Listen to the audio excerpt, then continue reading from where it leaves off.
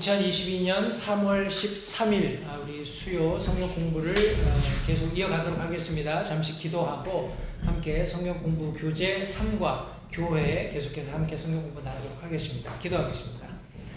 살아계신 아버지 하나님 감사합니다. 오늘 또 복된 지난 사흘간의 삶 속에서 저희들을 눈동자처럼 지켜 보호해 주시고 또 이 시간 다시 한번 하나님의 말씀을 중심으로 해서 함께 모여 하나님의 말씀 나눌 수 있는 놀라운 특권을 허락해 주신 것을 이 시간 다시 한번 감사드립니다. 함께 나누는 말씀 속에서 우리가 생각해 보아야 하는 많은 성경 안에서의 주제들, 특별히 오늘 교회에 관해서 하나님의 말씀의 가르치심을 따라서 참 견고한 그런 말씀의 기초를 함께 세워가기 원합니다. 말씀을 복되게 하시고 말씀 전하는 소정 위에 주님께서 함께 하셔서 하나님의 영광을 위해서 사용하시고 하나님께서 모든 영광 받으시기를 다시 한번 간절히 바라오며 예수님의 귀하신 이름으로 기도했습니다. 아멘. 지난 시간에 저희들이 삶과 교회에 대해서 함께 말씀을 나누었습니다. 교회는 신약시대에 설립된 기관으로 분명히 성경이 말씀하고 있기 때문에 거기에 대해서는 큰 그런 반론의 여지가 없다고 생각을 합니다.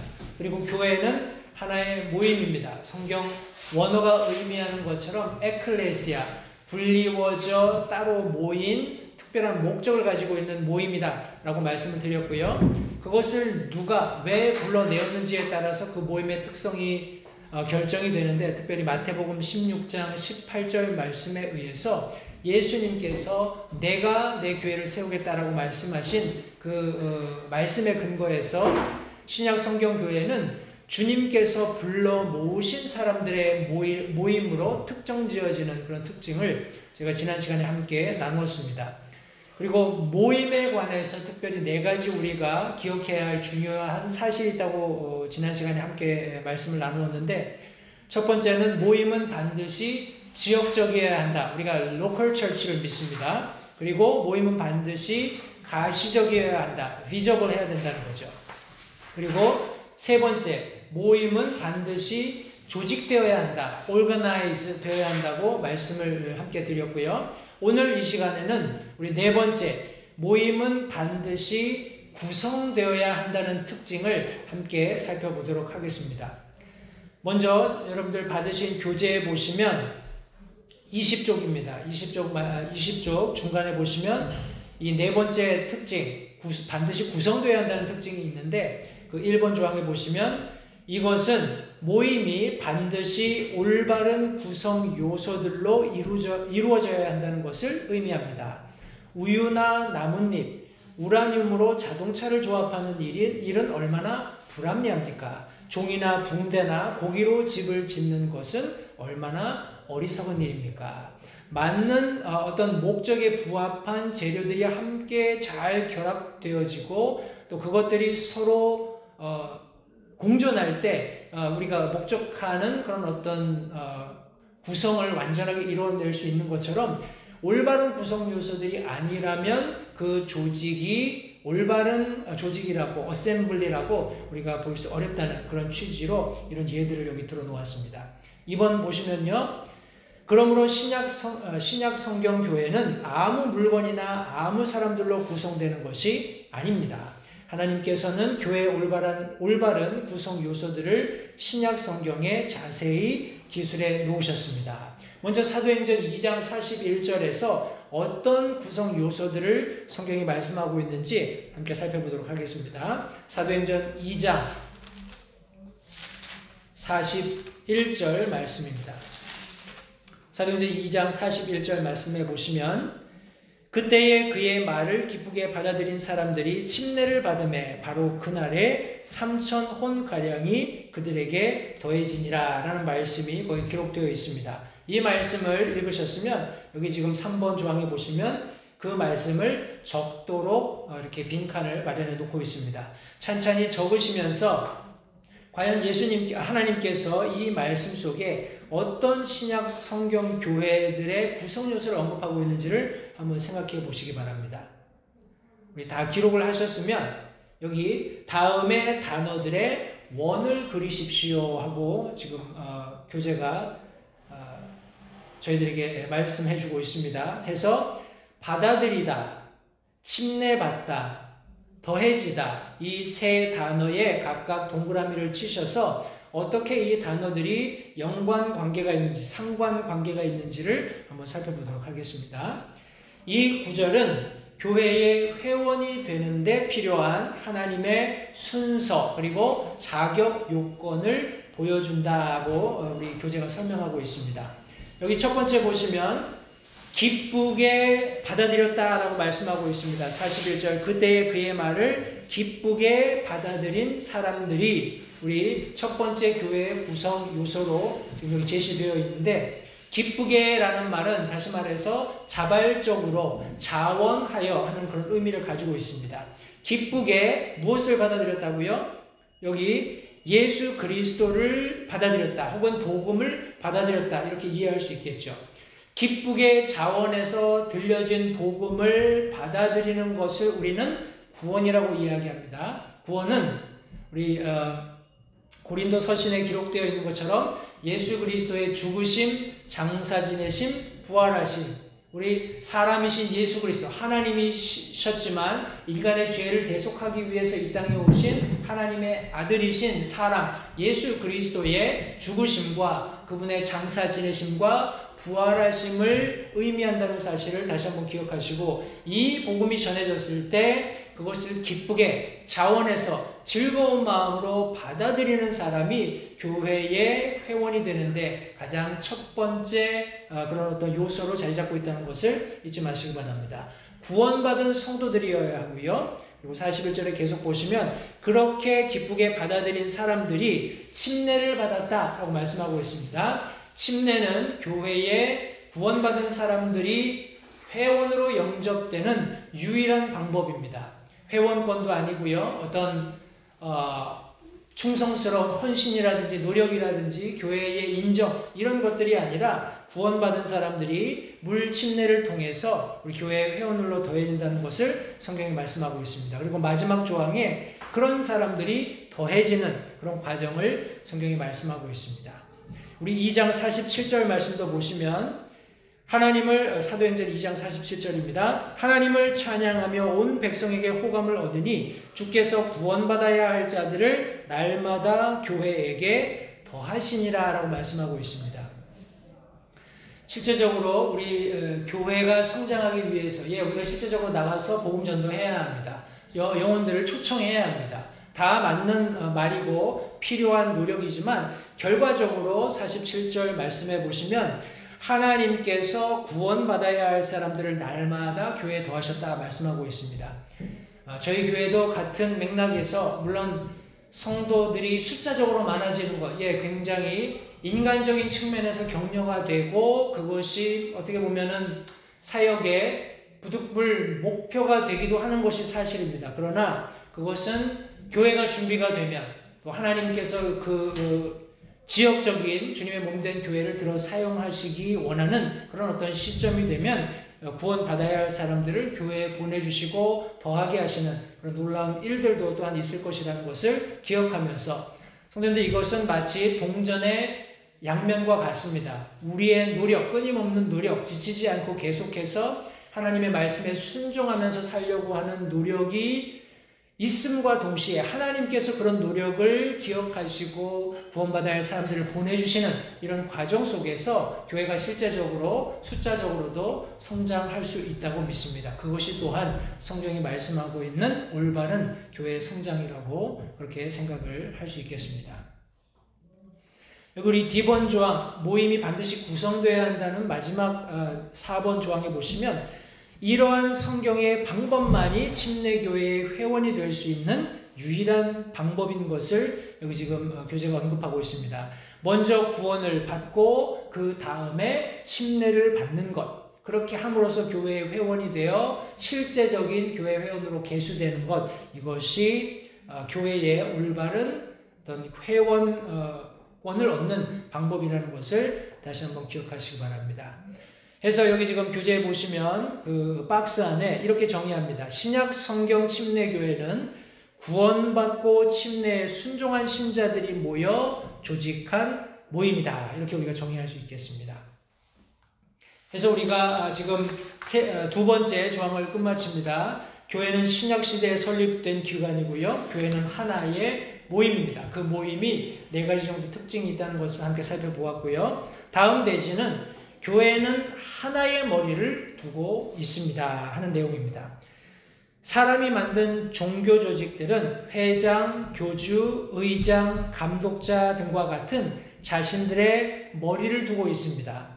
이와 같이 각 신약 성경 침례 교회도 하나의 머리를 두고 있지만 그 머리 되시는 분은 다른 종교 조직들의 머리와는 매우 다르십니다. 우리 골로새서 1장 18절 그리고 에베소서 5장 23, 24절 우리 2절 말씀을 같이 한번 찾아보도록 하겠습니다. 먼저 골로새서 1장 18절 말씀을 같이 보겠습니다.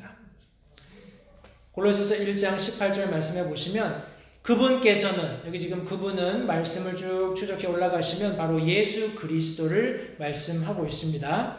예수 그리스도께서는 몸, 곧 교회의 머리십니다. 그분께서 시작이시요 죽은 자들로부터 처음 난 자이시니 이것은 그분께서 모든 것에서 으뜸이 되려 하십니다 라고 말씀하고 있습니다. 영어 성경에는 the preeminence라고 표현을 했습니다. 가장 어떤 근원이 되는 그런 preeminent이라는 단어를 씀으로써 가장 으뜸이라는 단어를 우리 한글이 채용을 했습니다. 이 말씀에 보시면 각 신약 성경 침례 교회의 머리가 누구신지를 정확히 설명하고 있죠. 18절 상반절에 그분께서는 몸, 곧 교회의 머리시다. 예수 그리스도께서 모든 교회들의 머리가 되신다라고 말씀하고 있습니다. 각 교회는 그 머리 되신 분께 무엇을 해야 할까요? 우리 에베소서 5장 말씀을 같이 한번 찾아보도록 하겠습니다. 에베소서 5장 23절, 24절, 2절 말씀입니다. 에베소서 5장 23절, 24절 남편이 아내의 머리됨이 그리스도께서 교회의 머리 되심과 같나니 그분은 그 몸의 구원자시니라. 그러므로 교회가 그리스도께 복종하듯 아내들도 모든 일에서 자기 남편에게 복종할지니라.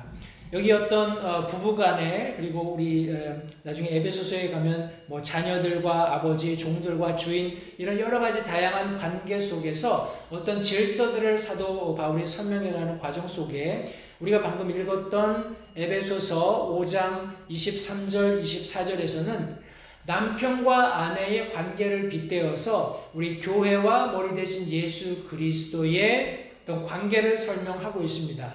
이 지금 2절에서 핵심이 되는 단어는 바로 복종입니다. 해서 각 교회는 그 머리 되신 분, 즉 예수 그리스도께 복종해야 한다는 것을 성경이 가르쳐주고 있습니다. 우리 갈라디아서 3장 1절 또 5장 7절을 같이 한번 찾아서 읽어보도록 하겠습니다. 우리 갈라디아서 3장 1절 그리고 5장 7절 2절 말씀을 같이 한번 볼 텐데요. 3장 1절 말씀해 보시면 갈라디아서 3장 1절입니다.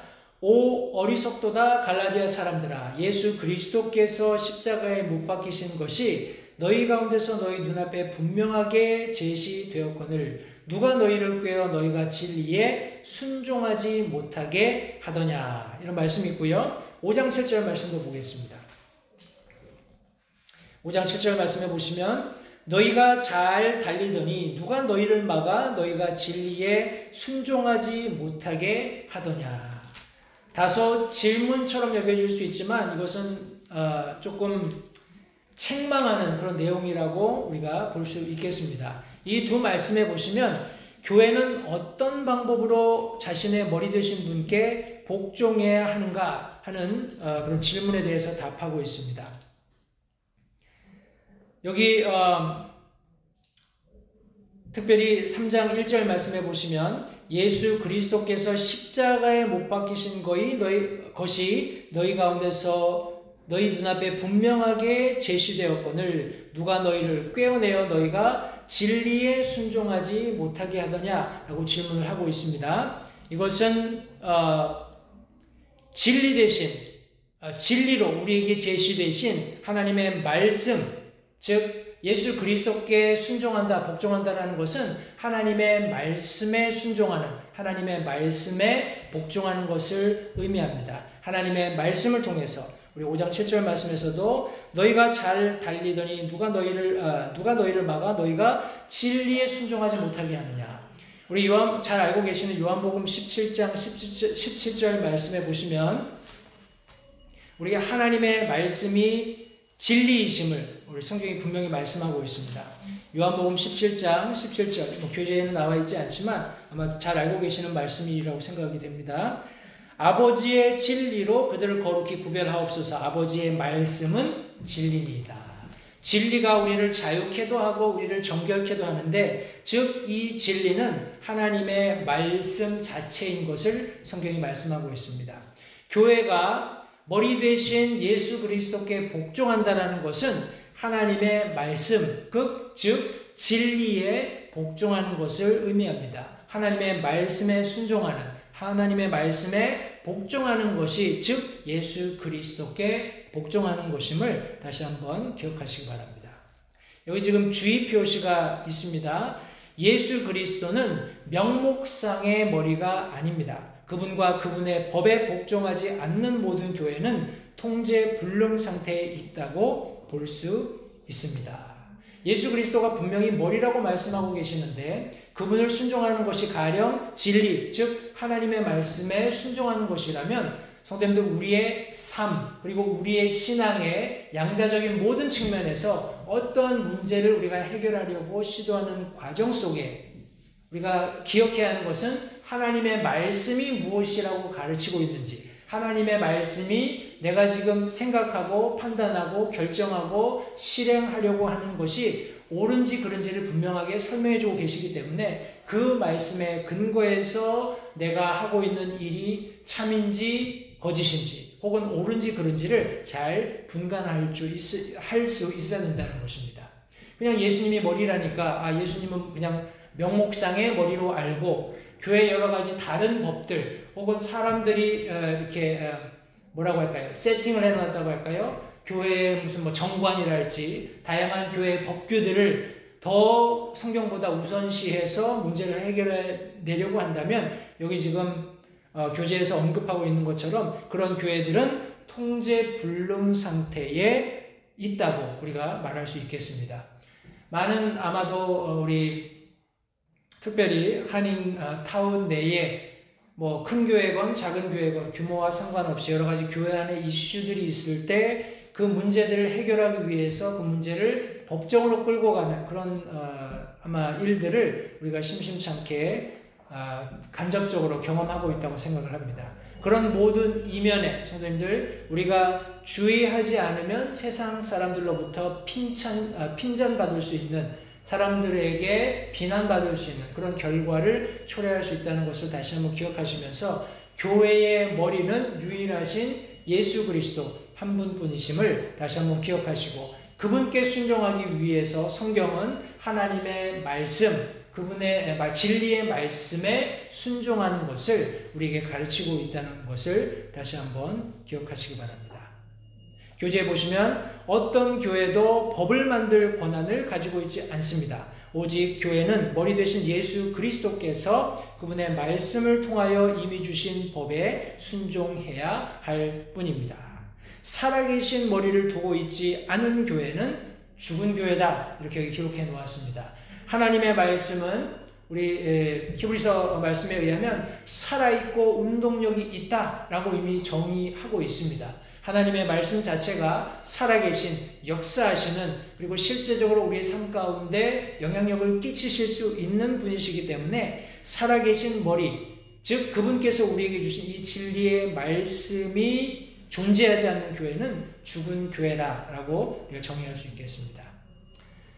우리 다음 대지로 넘어가겠습니다. 다음 대지에 보시면 교회는 직분을 두고 있다라고 정의하고 있습니다.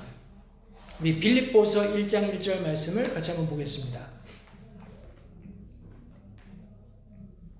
빌립보서 1장 1절 말씀에 보시면 여기에 교회의 두 가지 직분이 언급되어 있습니다. 같이 보겠습니다. 예수 그리스도의 종 바울과 디모데는 빌립보에서 그리스도 예수님 안에 있는 모든 성도들과 또한 감독들과 집사들에게 편지하노니 이렇게 기록하고 있습니다. 여기 이 말씀 속에 보시면 감독이라는 단어가 나오고 또 집사라는 단어가 나옵니다. 감독이라는 단어는 일반적으로 성경 안에서 장로 혹은 목사 이런 단어와 동일하게 우리 병용되는 그런 단어입니다.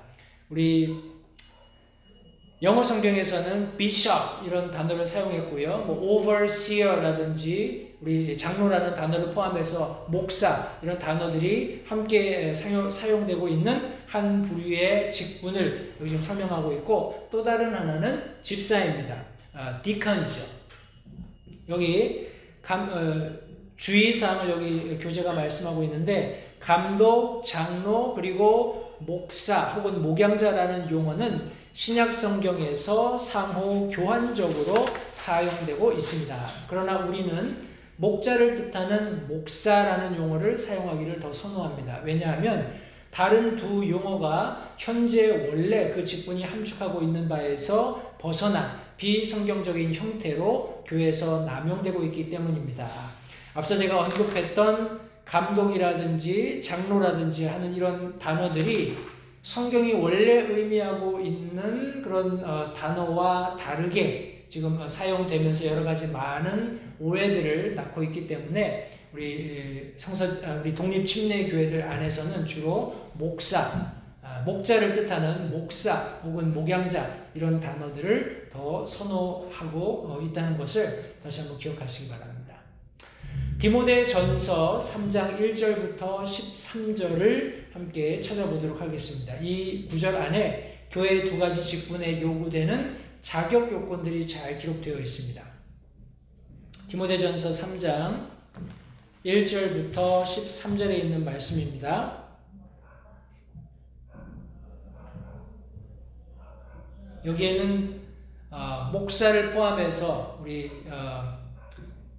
집사 그리고 그 아내들 이런 모든 직분자들의 관계된 그런 뭐라고 할까요? 자격 조건들을 여기 지금 쭉 설명을 하고 있는데, 같이 먼저 한번 읽어보겠습니다. 디모데전서 3장 1절부터 13절까지의 말씀입니다. 성도들 시간을 내셔서 찬찬히 이런 말씀들을 천천히 한번 읽어보시고요. 과연 성경이 감독들에게, 다시 말해서 우리가 오늘날 사용하고 있는 목사들에게 또 집사들에게 그들의 배우자들에게 무엇을 요구하고 있는지 한번 살펴볼 수 있게 되시기 바랍니다. 남자가 감독의 직분을 사모하면 선한 일을 사모한다는 이 말은 참된 말이로다. 그러므로 감독은 반드시 책망받을 것이 없으며 한 아내의 남편이며 깨어 있으며 맑은 정신을 가지고 있으며 행실이 바르며 손님 대접하기를 힘쓰며 가르치는 재능이 있으며 자기를 술에 내주지 아니하며 구타하지 아니하며 더러운 이익을 탐내지 아니하며 오직 인내하며 말다툼하지 아니하며 탐욕을 부리지 아니하며 자기 집을 잘 다스려서 자기 자녀들을 모든 위엄으로 복종시키는 자라야 할 것이며, 남자가 자기 집을 다스릴 줄 알지 못하면 어찌 하나님의 교회를 돌볼 수 있으리요. 초신자는 아니 되나니 이것은 그가 교만으로 높아져서 마귀의 정죄에 빠지지 아니하게 하려 함이라. 또한 감독은 반드시 밖에 있는 자들로부터 좋은 평판을 받아야 하나니 이것은 그가 비방과 마귀의 올무에 빠지지 아니하게 하려 함이라. 이와 같이 여기 지금 앞에서 언급하고 있는 목사들에게 요구하고 있는 요구 조건들과 같이 집사들도 반드시 신중하며 한 입으로 두 말 하지 아니하며 자기를 많은 술에 내주지 아니하고 더러운 이익을 탐내지 아니하며 순수한 양심 속에 믿음의 신비를 간직한 자라야 할지니라. 이 사람들도 먼저 시험해 보고 그 뒤에 책망받을 것이 없는 것으로 드러나면 그들이 집사의 직분을 수행하게 할지니라. 우리 11절은 이와 같이 그들의 아내들도 해서 지금 동일하게 목사와 집사가 되는 형제들의 아내들에게는 어떤 자격 조건을 성경이 요구하고 있는지를 말씀하고 있습니다. 반드시 신중하며 헐뜯는 자가 되지 아니하며 맑은 정신을 가지고 있으며 모든 일에서 신실한 자라야 할지니라. 집사들은 한 아내의 남편이 되어 자기 자녀들과 자기 집을 잘 다스릴지니라. 집사의 직분을 잘 수행한 사람들은 자기를 위해 좋은 지위를 얻으며 또 그리스도 예수님 안에 있는 믿음에서 큰 담대함을 얻느니라. 이렇게 지금 디모데전서 3장 1절로 13절까지의 말씀이 목사와 집사 그리고 그들의 우리 배우자들, 특별히 아내들에게 어떤 자격 요건을, 직분에 부합하는 그런 어떤 요구 자격 조건을 말씀하고 있는지를 잘 설명하고 있습니다. 우리 넘어가서요. 우리 목사님은 하면서 여기 지금 여러 가지 내용들이 있는데 함께 한 8가지 정도 내용들을 살펴보겠습니다. 베드로전서 2장 25절, 5장 4절을 먼저 찾아보도록 하겠습니다. 베드로전서 2장 25절 그리고 5장 4절 말씀입니다. 제가 이 두 절의 말씀을 읽겠습니다. 너희가 전에는 길 잃은 양 같았으나 지금은 너희 혼의 목자요 감독이신 분에게로 돌아왔느니라. 우리 5장 4절 말씀도 읽겠습니다. 베드로전서 5장 4절 그리하면 목자장께서 나타나실 때에 너희가 사라지지 않는 영광의 관을 받으리라. 누가 우리 교회의 목자장, 우리 영어로는 the chief pastor 이렇게 되어 있습니다. 누가 우리 교회의 목자장이신지 이 두 절이 잘 말씀해 주고 있습니다. 2장 25절 말씀에는 지금은 너희 혼의 목자이고 감독이신 분, 바로 우리 구주 예수 그리스도를 여기 지금 성경이 언급하고 있습니다. 5장 4절 말씀에서도 그리하면 목자장께서 나타나실 때 우리에게 영광의 관을 주시는 그런 장면을 성경에 기록하고 있는데 바로 예수 그리스도, 우리 구원자 예수 그리스도를 여기 지금 동일하게 설명하고 있습니다. 이번에 보시면 목사는 우리 목자를 의미한다라고 말씀하고 있습니다. 베드로전서 5장 2절 우리가 살펴볼 것이고요. 사도행전 20장 28절 이 두 절 말씀 속에서 우리 성경 안에서 교회를 그 교회의 목사와 관련지어 무엇이라고 부르고 있는지를 같이 한번 살펴보겠습니다. 먼저 베드로전서 5장 2절 말씀입니다. 베드로전서 5장 2절 말씀에 보시면 너희 가운데 있는 하나님의 양떼를 먹이고 감독하되 억지로 하지 말고 자진해서 하며 더러운 이익을 위해 하지 말고 오직 준비된 마음으로 하며 너희 가운데 있는 하나님의 양떼를 먹이고 감독하라 하는 그런 말씀을 여기 지금 해주고 있고요. 우리 사도행전 20장 28절 말씀도 같이 한번 보겠습니다. 사도행전 20장 28절입니다. 그러므로 너희 자신과 모든 양떼에게 주의를 기울이라. 성령님께서 너희를 그들의 감독자로 삼으사 하나님의 교회 곧 그분께서 자신의 피로 사신 교회를 먹이게 하셨느니라. 여기 지금 목사와 교회의 관계를 설명하면서 그 교회의 목사와 관련지어서 교회를 무엇이라고 부르고 있는지를 여기 지금 교재가 질문하고 있습니다. 여기 보시면 너희 자신, 지금 목사들을 지칭하고 있죠. 그리고 모든 양떼, 양무리라고 지금 교회를 설명하고 있습니다. 앞서 읽었던 베드로전서 우리 5장 2절 말씀에서도 하나님의 양떼를 먹이고 감독하도록 우리 목사들에게 가르치고 있는 그런 말씀을 성경에 기록하고 있습니다. 따라서 교회를 그 교회의 목사와 관련지어서 양떼로 부르고 있다는 것을 기억하시기 바라요. 베드로전서 5장 2절 방금 읽었습니다. 이 말씀에 의하면 목사의 최대 의무가 무엇인가 하는 질문을 여기 하고 있습니다. 다시 한번 5장 2절 말씀 너희 가운데 있는 하나님의 양떼를 먹이고 감독하라 하는 말씀을 여기 지금 기록하고 있습니다.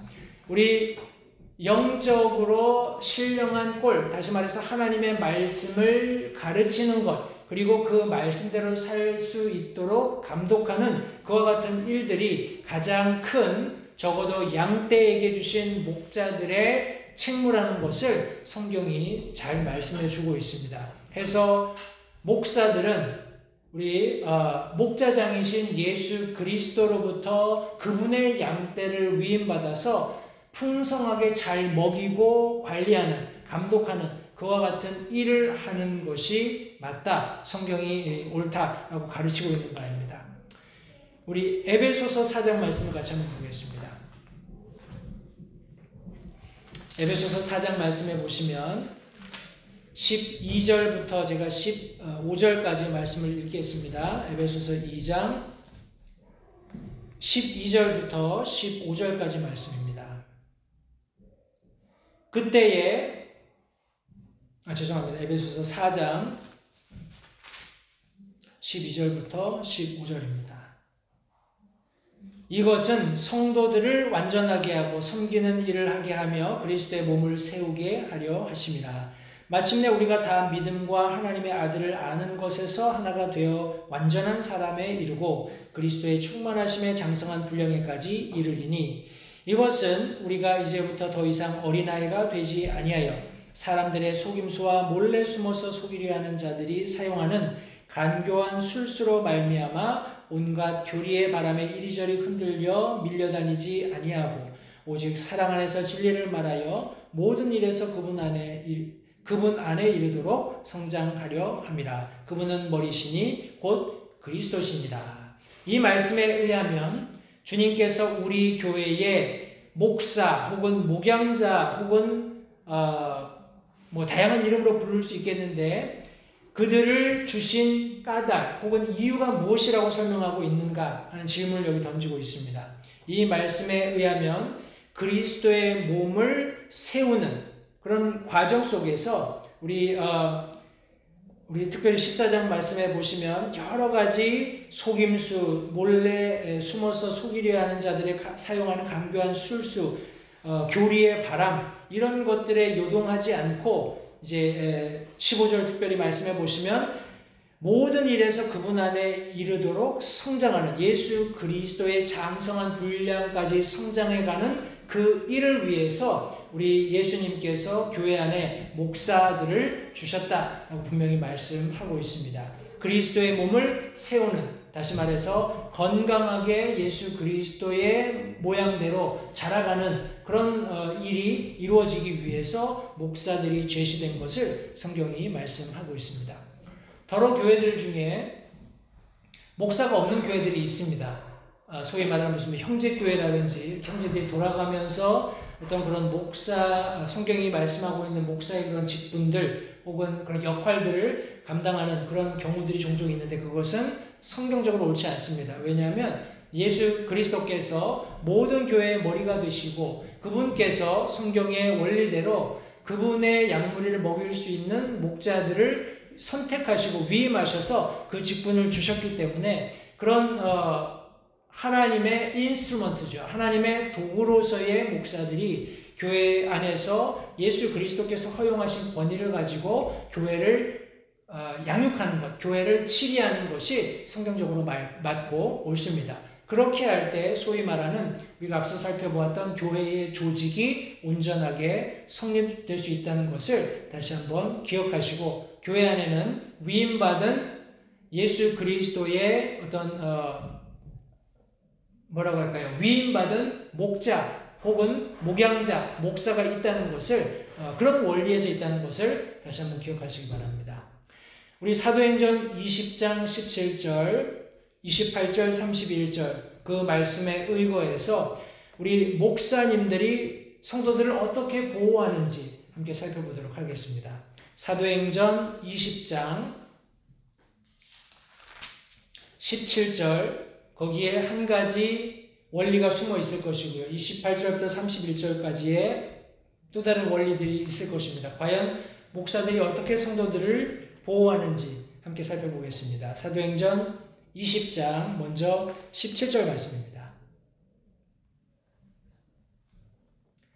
사도행전 20장 17절, 바울이 밀레도에서 에베소로 사람을 보내어 교회의 장로들을 부르니.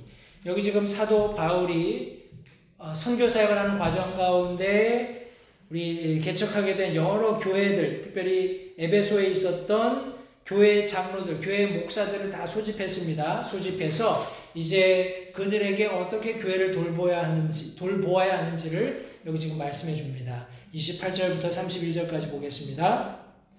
그러므로 너희 자신과 모든 양떼에게 주의를 기울이라. 하나님께서 너희를 그들의 감독자로 삼으사 하나님의 교회 곧 그분께서 자신의 피로 사신 교회를 먹이게 하셨나니 그 까닭은 이것 즉 내가 떠난 뒤에 사나운 이리들이 너희 가운데로 들어와 양떼를 아끼지 아니할 것을 내가 알기 때문이라. 또 너희 가운데서 제자들을 끌어내어 자기들을 따르게 하려고 왜곡된 것들을 말하는 사람들이 일어나리라. 31절입니다. 그러므로 깨어서 내가 3년 동안 밤낮 쉬지 않고 눈물로 각 사람을 훈계하던 것을 기억하라 라고 말씀하고 있습니다. 성도님들, 여기서 목사들이 우리를 어떻게, 목양자들이 어떻게 성도들을 보호할 수 있을까요? 여기 말씀해 보시면 특별히 31절 말씀에 깨어서 기도하며 하나님의 말씀을 꾸준히 기억하며 각 사람들을 훈계하는 그런 장면들을 여기 지금 사도 바울이 언급해 주고 있습니다. 목사들은 먼저는 깨어 있어야 합니다. 왜냐하면 교회에 닥칠 수 있는 여러 가지 실제하는 그런 위험 요소들이 있기 때문에 그렇습니다. 깨어 기도하면서 계속해서 하나님의 말씀을 가르치고 훈계하는 그런 과정이 필요하다고 성경이 말씀하고 있습니다. 무조건 잘한다 할 수는 없는 노릇이지요. 여러 가지 교회 그런 사역들 가운데 성도들이 잘못된 일이 있다면 목사는 그것을 바로 잡아야 할 책무가 있습니다. 하나님의 말씀을 가지고 성도들을 바르게 가르치는 그런 어떤 훈계의 역할도 그런 사역도 하도록 성경이 말씀하고 있다는 것을 기억하시면서 때때로 성도님들 예배에 참석하거나 여러 가지 성경 공부를 하거나 아니면 담임 목사님과 상담을 하는 과정 가운데서 내가 원치 않는 혹은 내가 마음 상할 수 있는 그런 어떤 말씀을 듣거나 권면을 듣게 되더라도 그것이 여러분들을 개인적으로 미워하거나 해서 하는 말이 아니라 바로잡아 주시는 하나님의 놀라우신 섭리, 능력에 의거해서 하나님의 말씀이 그렇게 전달된다는 것을 다시 한번 기억하시면서 말씀을 접하실 때 겸손한 마음을 가지고 우리 목사님이 혹은 우리 말씀을 전하는 사역자가 나를 위해 기도하며 이렇게 잘 준비된 말씀으로 내게 도전할 때 내가 이 말씀을 겸손한 마음으로 받아들여야겠다 하는 그런 생각을 가지시고 교회 가운데 성도님들이 거하시게 된다면 하나님께서 특별히 목사들에게 위임하신 이런 놀라운 사역들이 성도님들 개별적인 삶 속에서 완전하게 성취될 수 있다는 것을 다시 한번 기억하시기 바랍니다. 우리 교회의 목자장은 예수 그리스도십니다. 그리고 예수 그리스도께서 그분의 양떼를 먹이도록 목사들을 위임하시고 세우셨다는 것을 다시 한번 기억하시기 바랍니다. 결과적으로는 이 주님의 몸된 교회를 세우는 것이 목사들의 궁극적인 목표이고 그러기 위해서 끊임없이 깨어서 기도하며 성도님들을 훈계하는 그런 놀라운 하나님께서 위임하신 사역들을 목사들이 해가고 있다는 것을 다시 한번 기억하시기 바랍니다. 우리 히브리서 13장 7절 말씀을 같이 한번 보겠습니다. 히브리서 13장 7절입니다. 히브리서 13장 7절 말씀에 보시면 하나님의 말씀을 너에게 일러주고 너희를 다스리는 자들을 기억하며 그들의 행실의 결말을 깊이 살펴보고 그들의 믿음을 따르라 라고 말씀하고 있습니다. 이 말씀에 의하면 우리는 우리의 목사님을 어떻게 하라고요? 기억하고 remember 이렇게 우리 교재가 말씀하고 있습니다. 그리고 나서 어떻게 하라고요? 그들의 행실의 결말을 주의 깊게 살펴보고 결과적으로 그들의 믿음을 따르라 라고 말씀하고 있습니다. 기억하고 따르는 것. 여기 기억한다라는 것은 계속해서 관심을 쏟고 유심히 살펴보는 그런 일련의 과정들을 모두 포함하고 있습니다. 하나님의 말씀을 일러주고 가르치는 사람들에게 주의를 기울이면서 지속해서 관심을 두고 그들의 행실의 결말, 우리 말과 행동이 다른 그런 목회자들의 삶을 따르는 것은 굉장히 위험합니다. 그죠? 때문에 하나님의 말씀은 그들을 기억하며 행실의 결말을 깊이 살펴보고 주의 깊게 세심하게 잘 살펴본 이후에 그들이 했던 말, 그들이 가르쳤던 하나님의 말씀의 원리에 부합한 결과들이 있을 때 그들이 가지고 있는 믿음을 따르도록 성경이 권면하고 있습니다. 그래서 우리의 목사님들을 기억하고 따르도록 성경이 권면하고 있음을 기억하시기 바라고요. 13장 17절 말씀도 같이 한번 보겠습니다. 히브리서 13장 17절 말씀에 너희를 다스리는 자들에게 순종하고 복종하라. 우리 순복이라는 단어를 가끔 사용하기도 합니다만 너희를 다스리는 자들에게 순복하라. 그들은 마치 자기가 회개에 보고할 자인 것 같이 너희 혼을 위해 깨어있나니 그들이 기쁨으로 그것을 하게 하고 근심으로 하게 하지 말라. 그것은 너희에게 유익을 주지 못하느니라 라고 말씀하고 있습니다. 이 말씀에 의하면 우리는 우리의 목사님들께 순종하고 교회를 감독하는 그분의 지도력에 복종해야 한다고 성경이 말씀하고 있습니다. Obey and submit 이렇게 두 영어 단어를 사용을 했는데요. 어찌 보면 우리가 하나님을 대면해서 그분의 말씀에 반응하는 그런 어떤 원리와도 동일합니다. 하나님께 순종하고 그분의 말씀에 복종하는 성도님들 그리스도인의 삶 속에 겸손이 없다면 나는 하나님께 순종할 수 있어. 하나님 말씀에 복종할 수 있어. 그러나 사람에게는 그렇게 못해. 가령 이런 가치관을 가지고 가령 성도님들이 살아가신다면 하나님께서 가시적으로 보여주신 질서를 내가 무시하겠다 하는 그런 말과 같은 말입니다. 우리 흔히 그런 이야기들 합니다. 눈에 보이지 않는 하나님을 우리가 어떻게 믿을 것인가? 가령 내가 눈에 보이는 그런 어떤 분명한 성경적인 근거도 믿지 못하는데 그런 말들을 종종 하곤 합니다.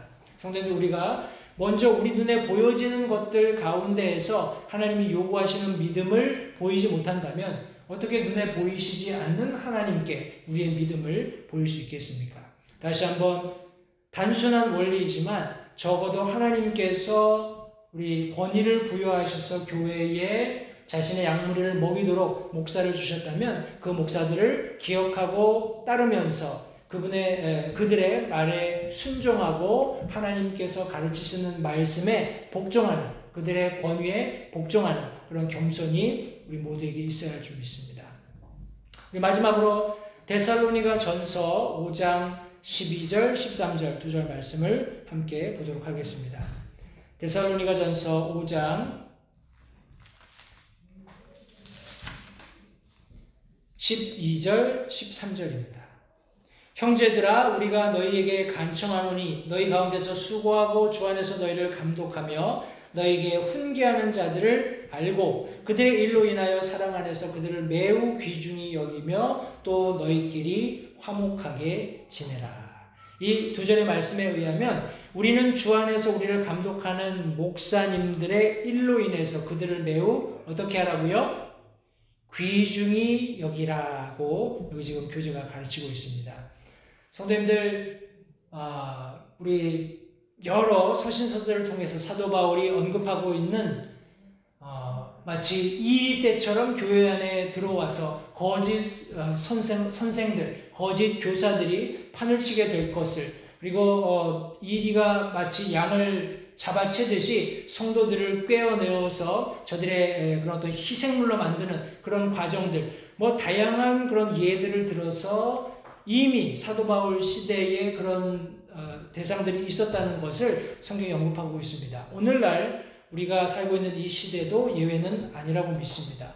성도들을 하찮게 여기는 거죠. 성도들을 상품 취급하는 겁니다. 성도들을 어떤 물질의 부요를 자기들이 얻기 위한 수단으로 본다는 거예요. 그러나 여기 지금 성경이 말씀하고 있는 이와 같은 목사들, 다시 말해서 너희 가운데서 수고하고 주 안에서 너희를 감독하며 너희를 훈계하는 자들, 성도님들, 이런 목사님들을 성경은 귀중히 여기라고 가르치고 있습니다. 그들의 어떤 인간적인 가치를 의미하는 것이 아니라 하나님께서 부여하신 권위에 따라서 부지런히 하나님께서 맡겨주신 양무리를 먹이기 위해 수고하고 희생하는 그와 같은 참된 목자들을 향한 그런 권면의 말씀입니다. 그런 분들을 귀히 여기라고 성경이 가르치고 있습니다. 우리는 우리의 목사님을 어떻게 불러야 할까요? 많은 사람들이 대화 중에 목사님을 어떻게 불러야 할지 잘 모르고 있습니다. 하나님께서 목사님을 위해 주신 다른 칭호는 없습니다. 목사님을 지존하신 성직자, 우리 레버런드라고 하는데요. 아니면 아버지, 스몰 레터를 써서 father 이렇게 부르는 것, 이런 것들은 옳지 않습니다. 그렇지만 우리는 아이들이 부모님께 선생님, 경찰관 등과 같은 어떤 지위와 권위를 가진 이들에게 존경심을 담아 부르고 이름을 마구 부르지 않도록 가르치는 것과 같은 원리로 교회 안에서도, 물론 개중의 어떤 목사님들은 그냥 brother so and so 이렇게 부르는 것에 크게 부담을 갖지 않으실 수도 있어요. 저도 마찬가지입니다. 그러나 그런 하나님께서 특별한 권위를 부여하시고 교회 안에 자신의 양을 먹이도록 친히 그런 권위를 위임하셨다면 그들이 가질 수 있는 호칭을 정확하게 불러주는 것은 매우 중요하고 마땅하다고 믿습니다. 마찬가지로 교제에서 하나님께서 당신의 교회에서 당신의 위에 두신 목사님에게 동일한 존경심을 보이는 것이 좋습니다.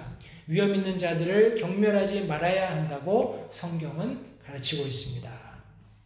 지금 교제 23장 중간쯤에 보시면 당신과 당신의 목사님 혹은 목양자 이런 제하의 글이 있습니다. 그 내용을 읽고 마칠 텐데요. 성도님들, 이 괄호 안에 있는 말씀들을 시간이 나실 때 찬찬히 읽어보시고 그 괄호 안에 말씀이 있게 된 그런 앞에 있는 본문들 한번 읽어보시고 참고하셔서 말씀의 근거에서 지금 이 교재가 쓰여지고 있고 그 내용들이 지금 성도님께 제시되고 있다는 것을 다시 한번 기억하시면서 정확하게 말씀의 근거에서 왜 내가 내 목사님을 형제님이라고 안 부르고 목사님이라고 부르는지 하는 그런 내용들을 함께 이해하시면 좋겠습니다.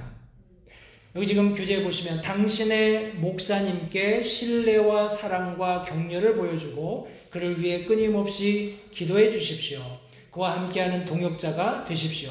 당신이 어려울 때 그에게 찾아가고 필요할 때 그에게 도움을 요청하십시오. 그는 하나님의 말씀을 가지고 당신을 상담하면서 당신에게 도움을 줄 수 있는 가장 좋은 분입니다. 절대로 그를 당신의 우상으로 삼지 마십시오.